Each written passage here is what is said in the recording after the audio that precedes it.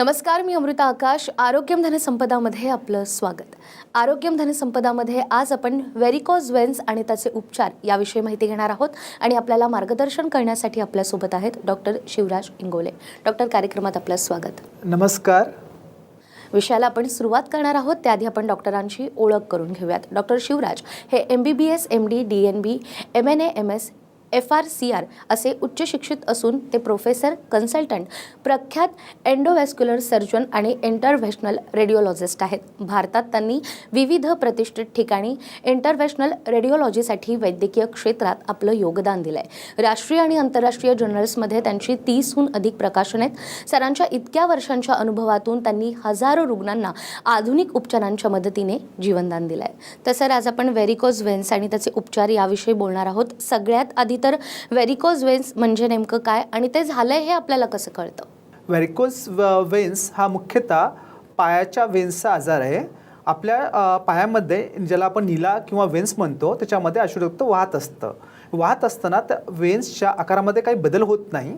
जेव्हा काही कारणास्तव व्हेन्सच्या आकारामध्ये काही बदल होतो व नीला फुगतात, वेड्यावाकड्या वाढतात किंवा नागमोडी वळण्याच्या दिसतात, तेव्हा त्याला आपण व्हेरिकोज व्हेन्स असे म्हणतो. पण काही लोक याला स्पायडर व्हेन्स पण म्हणतात, कारण ह्या गोष्टी सगळ्या दिसतात. गोष्टी म्हणजे स्पायडर. इनिशियली काही पेशंटमध्ये दिसणे हाच कन्सर्न असतो, त्याला आपण कॉस्मेटिक म्हणतो. पण जसा आजार वाढतो तेव्हा पेशंटला पायाला वेदना होणे, पायाला सूज येणे, पाय काळे पडणे किंवा जखमा होणे इत्यादी प्रॉब्लेम तयार होतात. जर खूपच दुर्लक्षित केलं तर पेशंटला DVT पण होऊ शकतं.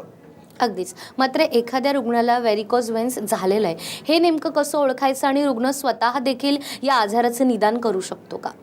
आता व्हेरिकोज व्हेन्सचे लक्षणं आपण जर पाहिलं तर वेगवेगळे लक्षणं आपल्याला आढळून येतात. इनिशियली पायाला अशा वेड्यावाकड्या व्हेन्स दिसतात. युजली ह्या व्हेन्स पायाच्या आतल्या बाजूने किंवा गुडघ्याच्या मागे असतात. याच्या व्यतिरिक्त वेगवेगळ्या भागामध्ये पण पायामध्ये व्हेन्स होऊ शकतात. पायाला सूज येते, पेशंट पायाला जडपणा होतो असे बोलतात. तसेच पेशंटच्या पायावर असे काळे चट्टे येतात किंवा पेशंटचे पाय काळे पडतात. नंतर पेशंटच्या पायाला जखमा होतात. युजली जखमा पायाच्या किंवा आपण घोट्याच्या आतल्या आणि बाहेरच्या भागामध्ये असतात. ह्याच्या व्यतिरिक्त जेव्हा पेशंट आमच्याकडे येतो, जेव्हा आपण क्लिनिकल एक्झामिनेशन करतो तेव्हा आपण पाहिलं तर पेशंटच्या पायावर सूज असतं. युजली सूज हे घोट्याच्या सराउंडिंग असतं. नॉर्मली गुडघ्याच्या खालचे पाय जे असतात ते स्लेंडर असतात. आपण व्हेरिकोजचे पेशंटचे पाय बघितलं तर आपण पेप्सीची बॉटल कशी असते त्याप्रमाणे दिसतात. याच्या व्यतिरिक्त पेशंटची जेव्हा आपण जर स्किन बघतो पायाची, ती काळी झालेली असते, थिक असतं. जेव्हा आपण ते स्किन पिंच करायचा प्रयत्न करतो तेव्हा ती पिंच करू शकत नाही, कारण ती जाड झालेली असते. परत पेशंटला आता सांगितल्याप्रमाणे पायाला जखमा होतात. त्या जखमाला आपण व्हेरिकोज अल्सर बोलतो. युजली व्हेरिकोज अल्सर हे घोट्याच्या आतल्या किंवा बाहेरच्या बाजूला असतात. जेव्हा आपण ह्याच आजाराची आपण पुष्टी करायचं ठरवलं तर आपला कलर डॉपलर ही टेस्ट करावी लागते. कलर डॉपलरमध्ये काय होतं तर ज्या व्हेन्समध्ये ज्या झडपा असतात त्याचं आपण करंट स्टेटस आपल्याला समजतं. याच्या व्यतिरिक्त पायाच्या मागे जो स्नायू आहे त्याला आपण काफ मसल म्हणतो, त्याचं स्टेटस कळतं. पायाच्या वेगवेगळ्या भागामध्ये कुठे व्हेरिकोज व्हेन्स निर्माण झाल्यात ते पण आपल्याला समजतं. याच्या व्यतिरिक्त काही कॉम्प्लिकेशन जसे का DVT किंवा सुपरफिशियल थ्रोम्बोफ्लेबायटिस यांचे पण निदान होते. अगदीच. मात्र व्हेरिकोज व्हेन्स हा आजार नेमका कोणाला होऊ शकतो आणि या आजाराच्या बाबतीत खास करून विशिष्ट असा कोणता वयोगट आहे का की या वयोगटालाच हा आजार होतो? नक्कीच. व्हेरिकोज व्हेन्स जेव्हा आपण बघतो ते एका ठराविक लोकांमध्ये खूप कॉमन असतो. जसं आपण लिंग जर पाहिलं तर पुरुषापेक्षा स्त्रियामध्ये हा खूप कॉमन प्रॉब्लेम आहे. त्याचं कारण हार्मोन्स असू शकतं.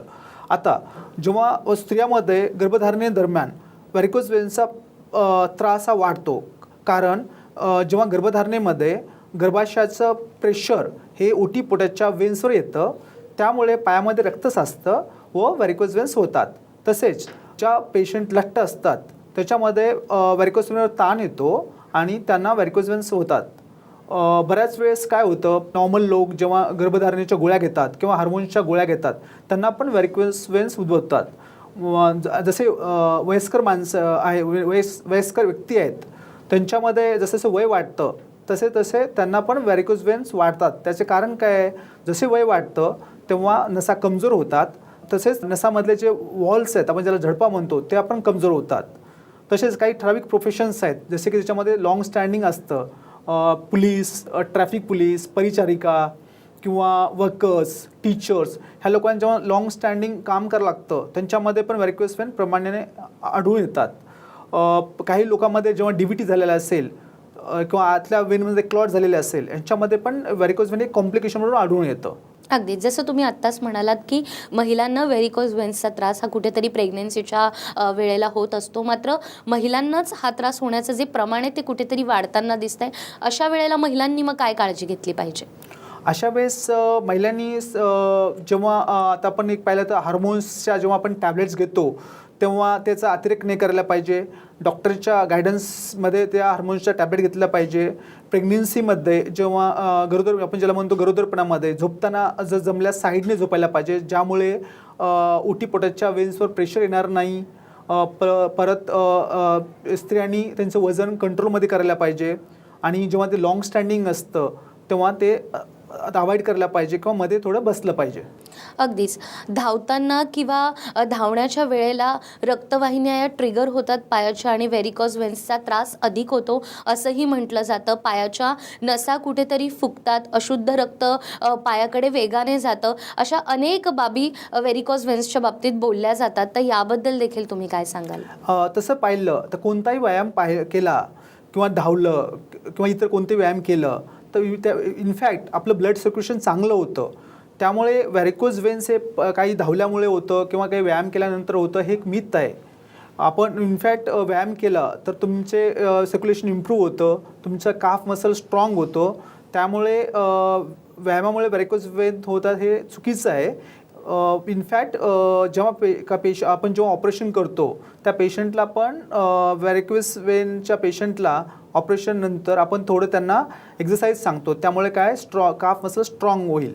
पण जर पेशंटला ऑलरेडी व्हेरिकोज वेन्स झालेला असेल आणि त्यांना व्यायाम करायचा असेल तर माझं सजेशन असं असेल की त्यांनी स्टॉकिंग्स म्हणजे आपण ज्याला आपण कॉम्प्रेशन स्टॉकिंग्स म्हणतात ते घालून व्यायाम करावा.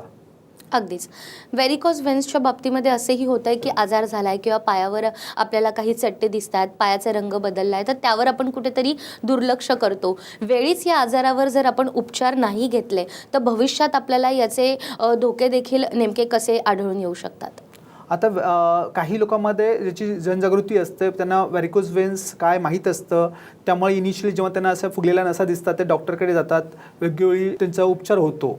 पण ज्यांना ह्या व्हेरिकोज वेन्सची माहिती नसतं त्या ह्या दुर्लक्षित होतं, मग त्यांना मल्टिपल कॉम्प्लिकेशन होतात. जसे का आताच मी सांगितल्याप्रमाणे पायावर सूज येतं, पाय खूप मोठे होतात, पाय काळे होतात, काळे झाल्यामुळे नंतर त्यांना जखमावायचे चान्सेस वाढतात.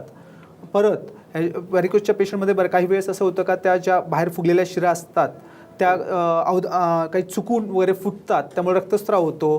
परत काय जे सुपरफिशियल वेन्स आहेत त्याच्यामध्ये खूप वेळ अशुद्ध रक्त स्टेसिस झाल्यामुळे त्या क्लॉट बनतात, आपण त्याला सुपरफिशियल थ्रोम्बोफ्लेबायटिस म्हणतो. ह्यामध्ये काय होतं ते बाहेरच्या वेन जे दिसतात त्या लाल होतात, कडक होतात, पेशंटला वेदना होतात. तसेच सगळ्यात महत्त्वाचे कॉम्प्लिकेशन DVT आहे. ह्यामध्ये काय होतं पायाच्या आतल्या वेनमध्ये म्हणजे जे मेन वेन आहे त्याच्यामध्ये क्लॉट होतात, म्हणजे रक्ताच्या गुठळ्या होतात. आता ह्या डीप वेन्स आहेत त्या डायरेक्ट तुमच्या हृदयाशी कनेक्टेड असतात. त्यामुळे काय होतं इथून जर रक्ताची गुठळी जर सुटली किंवा काही त्याचा तुकडा निघाला तो डायरेक्ट तुमच्या फुफ्फुसाच्या मेन आर्टरीमध्ये जातो.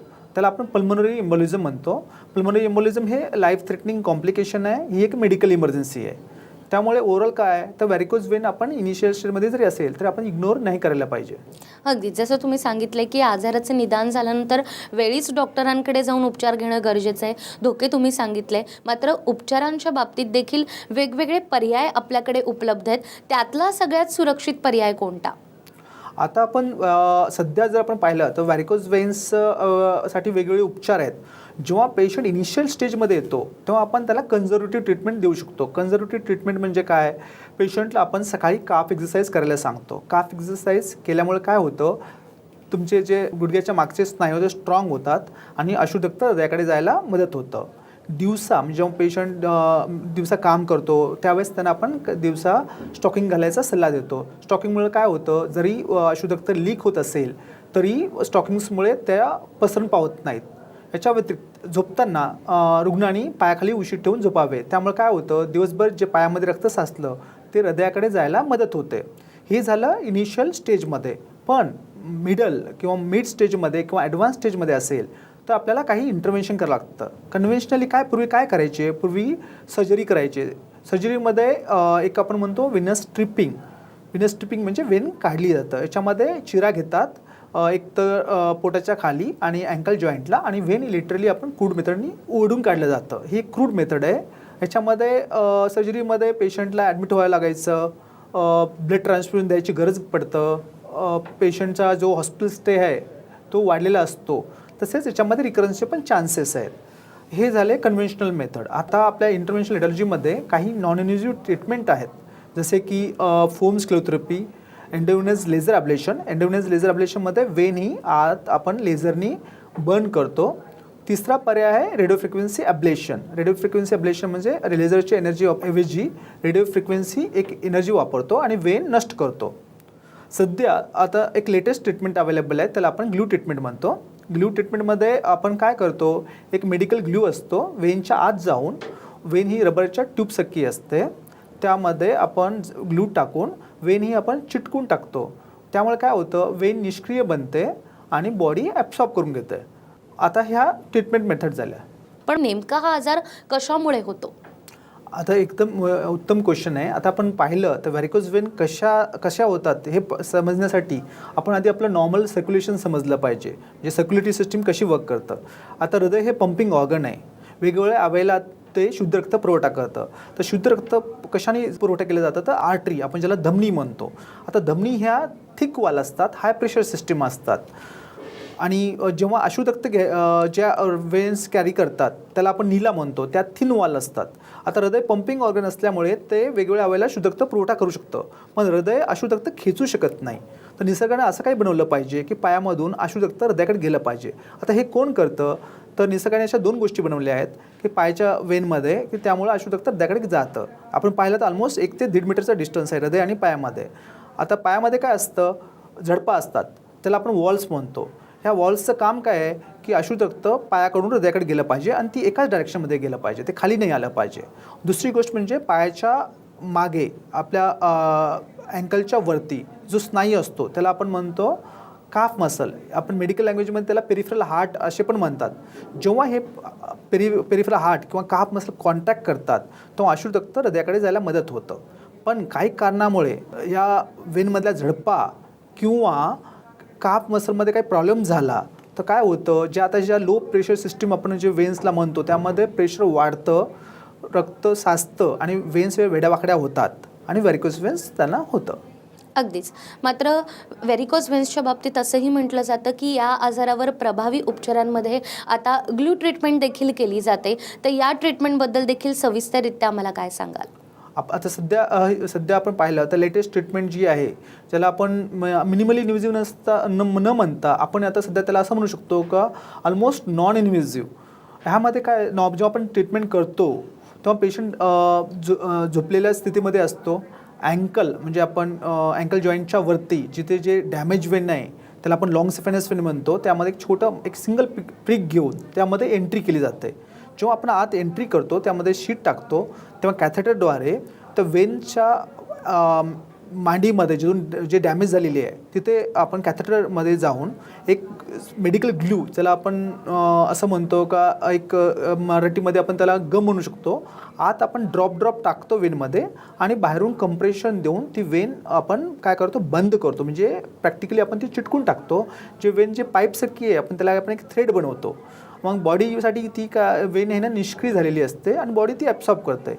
इमिजिएटली पोस्ट प्रोसिजर आपण पाहाल तर तिथं तुम्हाला फक्त एक छोटं एक मायन्यूट पंक्चर मिळेल. तिथं आपण जॉन्सनचे जे बँडेज वगैरे जे असतं ते आपण तिथं स्टिक करतो. पेशंट इमिजिएटली चालू शकतो. बाकीच्या ट्रीटमेंटमध्ये आणि आपण ग्लू ट्रीटमेंटमध्ये जर फरक बघितला तर जी ग्लू ट्रीटमेंट आहे ही टोटली लोकल ॲनेस्थेशिया म्हणण्यापेक्षा एक सिंगल प्रिकमध्ये होते. पेशंटला मल्टिपल प्रिक किंवा काही इन्सिजन घ्यायची गरज नाही. दुसरी गोष्ट म्हणजे आता बाकीच्या इतर नॉन इन्व्हेजिव्ह ट्रीटमेंटमध्ये काय होतं, आपण वेन बंद करण्यासाठी एक थर्मल मेथड वापरतो. त्यामुळे काय होतं की वेनच्या बाजूला जे नर्व्स आहेत त्यांना डॅमेज होण्याचे चान्सेस असतात. स्पेशली जेव्हा पायाच्या मागे जी वेन डॅमेज असतं जेव्हा आपण तिला काढतो तिथे एक नर्व असतो. तर नर्वला डॅमेज होण्याचे चान्सेस जास्त असतात. याच्यामध्ये त्याच्या विरुद्ध विना आपण जे ग्लू ट्रीटमेंट करतो त्या ग्लू ट्रीटमेंटमध्ये नर्वला डॅमेज होत नाही आणि पेशंटला काही त्रास पण होत नाही. आता जेव्हा प्रोसिजर आपण करतो जे ग्लू ट्रीटमेंट करतो त्यामध्ये पेशंटला असा काही वेदना न होता पेशंटला फक्त काय जाणवतं का डॉक्टर हे त्याच्या थाईजवर किंवा लेगवर फक्त माइल्ड कंप्रेशन देतात. याच्या व्यतिरिक्त पेशंट सेम डे घरी जाऊ शकतो आणि 99% पेशंटमध्ये किंवा 95% पेशंटमध्ये प्रोसिजरनंतर स्टॉकिंग घालायची गरज पडत नाही. ह्यामुळे जी ग्लू ट्रीटमेंट आहे आता सध्याच्या उपचारामध्ये जरा जास्त बेटर ऑप्शन आहे. ह्यामध्ये रिकरन्सचे चान्सेस खूपच कमी असतात. अगदीच. त्यामुळे व्हेरिकोज वेन्सवर उपचार म्हणून जी ग्लू ट्रीटमेंट आहे ती सध्या रुग्णांसाठी वरदान ठरते असं म्हणायला हरकत नाही. मात्र हा आजार होऊ नये किंवा या आजाराला जर आपल्याला प्रतिबंध करायचा असेल तर रुग्णांनी कशा पद्धतीनं काळजी घ्यायला हवी? आता आपण पाहाल तर व्हेरिकोज वेन ऑलमोस्ट 30% लोकांना असतो. आपण जर भारताचे पॉप्युलेशन बघितलं तर ह्याचं मॅग्नेट्यूड खूप मोठं आहे. तर हा खूप महत्त्वाचा क्वेश्चन आहे. रुग्णांनी व्हेरिकोज वेन्स होण्याच्या आधीच काळजी घेतली पाहिजे किंवा ज्यांना इनिशियल स्टेज आहे त्यांनी ठराविक लाईफस्टाईलमध्ये चेंजेस केल्या पाहिजे. ज्यादा हे चेंजेस काय आहेत तर आपण मागे सांगितल्याप्रमाणे व्हेरिकोज वेन कशामुळे होतात तर वजन वाढल्यामुळे होतात. तर ज्यांचं वजन वाढलेलं आहे त्यांनी वजन कमी करावे. दुसरी गोष्ट त्यांनी नियमित व्यायाम करावा, त्यामुळे काफ मसल स्ट्रॉंग झाला पाहिजे. तिसरी गोष्ट म्हणजे जे टाईट कपडे असतात ते त्यांनी घालायला नाही पाहिजे. आणि सगळ्यात महत्त्वाचं म्हणजे तुम्ही डाएटमध्ये आपण जो असतो आहारामध्ये जे रुटीन्स नावाचे घटक असलेले म्हणजे आपण त्याला फ्लेवोनॉइड म्हणतो ते द्रव असणारे काही आहार घेतले पाहिजे. जसे की म्हणजे कट्टूचा आटा म्हणतो मराठीमध्ये, तर ते आहारामध्ये समावेश केला पाहिजे. तसेच आपले सफरचंदाची साल जी असते त्याच्यामध्ये पण रुटीन्सचं खूप जास्त प्रमाण असतं. फक्त ते खाताना सगळ्यांनी हे काळजी घेतली पाहिजे की त्याच्यामध्ये वॅक्स लागलेला नाही पाहिजे, काही केमिकल म्हणजे काही फवारणी केलेले औषध राहिलेले नाही पाहिजे ज्यामुळे त्याला दुसरा काही आजार नाही व्हायला पाहिजे. परत आपण चेरी, ब्लूबेरी आणि द्राक्ष, पण द्राक्षामध्ये पण रुटीन्सचं प्रमाण जास्त असतं, तुम्ही आहारामध्ये त्याचा समावेश करू शकता. ज्या प्रोफेशनमध्ये प्रोलॉंग स्टँडिंग असतं तर त्यांनी ती अवॉइड करायला पाहिजे. आणि जर स्टँडिंग जर होत असेल तर त्यांनी स्टॉकिंग्स घातल्या पाहिजे, झोपताना पायाखाली उशी ठेवून झोपले पाहिजे. इत्यादी काळजी घेतलं तर नक्कीच तो आपण व्हेरिकोज वेन्स प्रिव्हेंट करू शकतो. जर इनिशियल स्टेजमध्ये असेल तर त्या वाढणार नाहीत. अगदी जसं तुम्ही सांगितलं की आहारामध्ये नेमके काय बदल करायला हवे, खाण्यापिण्यामध्ये नेमक्या कोणत्या गोष्टींचा समावेश करायला हवा तर या आजारापासून आपण दूर राहू शकतो. मात्र एकदा की व्हेरिकोज वेन्स झाला तर वेगवेगळ्या पॅथींचा देखील वापर केला जातो, वेगवेगळ्या पॅथींकडे लोक जातात आणि त्यानंतर मग मुख्य उपचारांपासून रुग्ण दूर राहतो. तर अशा वेळेला ज्या रुग्णांना सुरुवातीचीच लक्षणं दिसत आहेत त्यांनी नेमकं काय करायला हवं? नक्कीच. आता आपण पाहिलं तर वेगवेगळ्या पॅथीमध्ये वेगवेगळ्या ट्रीटमेंट असतात. मग त्यामुळं काय होतं, बऱ्याच वेळेस वेगवेगळे रुग्ण आहे ना वेगवेगळ्या पॅथीमध्ये ट्रीटमेंट घेण्यामध्ये वेळ त्यांचा जातो. आणि जेव्हा आमच्याकडे रुग्ण येतात तेव्हा ते ऑलरेडी व्हेरिकोज वेन्स ह्या ग्रेड 3मध्ये झालेल्या असतात. पेशंटला बऱ्याच वेळेस पायावर जखमा झालेल्या असतात, त्यांचे पाय काळे झालेले असतात, जखमा इतक्या मोठ्या असतात की कधी असं आम्ही जेव्हा हिस्ट्री घेतो तेव्हा कळतं का पेशंटला ऑलमोस्ट 10 वर्षापासून त्याच्या पायावर जखमा असतात आणि त्यांनी वेगवेगळ्या थेरपी किंवा वेगवेगळ्या पॅथीमध्ये त्यांनी ट्रीटमेंट केलेली असतं. ह्यामुळे काय होतं, आजार तो जात नाही पण हळूहळू तो म्हणजे एक वाढत जातो आणि कॉम्प्लिकेशन होण्याचे चान्सेस वाढतात. त्यामुळे बाकीच्या जेव्हा आपण काही व्हेरिकोज वेन्सचं लक्षण दिसले किंवा काही सिम्पटम्स असेल तर रुग्णांनी वेळ न घालता तज्ज्ञ डॉक्टरला दाखवावे. त्यामुळे काय होतं की वेळीच त्या प्रिव्हेंट केल्या जातात.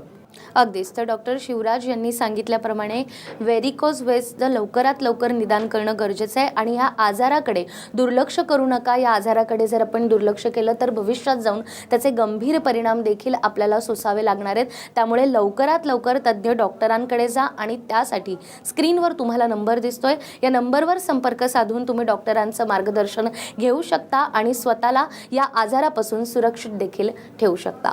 डॉक्टर खूप खूप धन्यवाद की आज तुम्ही त्या आलात आणि व्हेरिकोज वेन्स आणि त्याचे उपचार याविषयी आम्हाला इतकी महत्त्वाची माहिती दिली. धन्यवाद. त्याचबरोबर आरोग्यम धनसंपदामध्ये वेळ झाली आहे इथेच थांबण्याची. पुन्हा भेटूया अशाच एका नव्या विषयासह. तोपर्यंत नमस्कार.